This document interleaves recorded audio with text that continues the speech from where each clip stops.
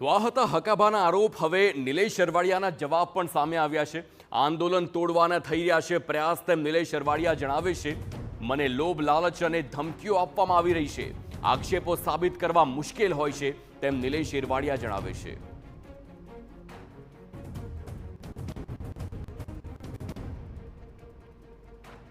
તો આ સાથે જ ખેડૂતોના વળતરની જાહેરાત બાદ પણ આંદોલન યથાવત છે।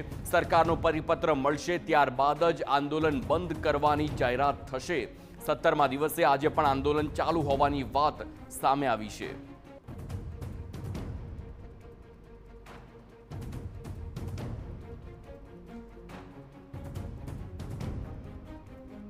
તો આ પ્રકારે હવે આક્ષેપ પ્રતિ આક્ષેપ શરૂ થઈ ગયા છે, પરંતુ આ બધાની વચ્ચે 17મો દિવસ અને આંદોલન આજે પણ ચાલુ હોય, આંદોલન યથાવત હોય તેમ નિલેશ સરવાડિયા જણાવે છે।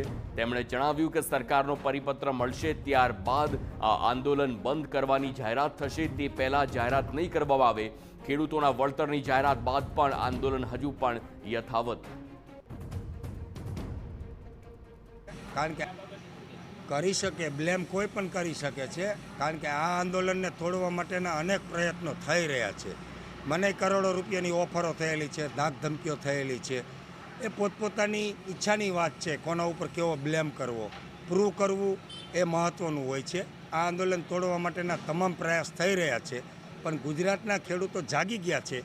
કોઈ પણ લોભ લાલચમાં આવ્યા વગર, રાજનીતિમાં પડ્યા વગર પોતાના હક, અધિકાર અને ન્યાયની જ વાત કરશે અને અમારી લડત અવિરત ચાલુ રહેશે। અજાણ્યા માણસો આવી અને લાલચ આપે છે, કરોડો રૂપિયાની અજાણ્યા માણસો આવી અને ધાક ધમકીઓ આપે છે, ખેડૂતોના સ્વાંગમાં આવે છે સેલ્ફી લેવા માટે, અને એક બાજુ બોલાવી અને ધમકીઓ આપે છે, લાલચો આપે છે। આવું બધું તો થતું જ હોય આંદોલનમાં। આ મારો પહેલો અનુભવ નથી, અનેક અનુભવો થઈ ચૂકેલા છે, અને એ અનુભવથી આ આંદોલન મજબૂતાઈથી ચાલી રહ્યું છે। એ સરકારના મળતિયાઓને ક્યાંક ને ક્યાંક તેલ રેડાઈ રહ્યું છે। સરકારશ્રી દ્વારા પ્રેસ કોન્ફરન્સ કરીને જે માહિતી આપવામાં આવેલી છે બરાબર, પરંતુ હજી સુધી પરિપત્ર આવેલ નથી। એટલે પરિપત્ર આવી જાય તે પછી આ પરિપત્ર ગુજરાતના તમામ ખેડૂતોને લાગુ પડે છે। એટલે તમામ ખેડૂતો એનો અભ્યાસ કરશે, અભ્યાસ થઈ જશે પછી સાથે મળીને ખેડૂતો નક્કી કરશે કે આગળ શું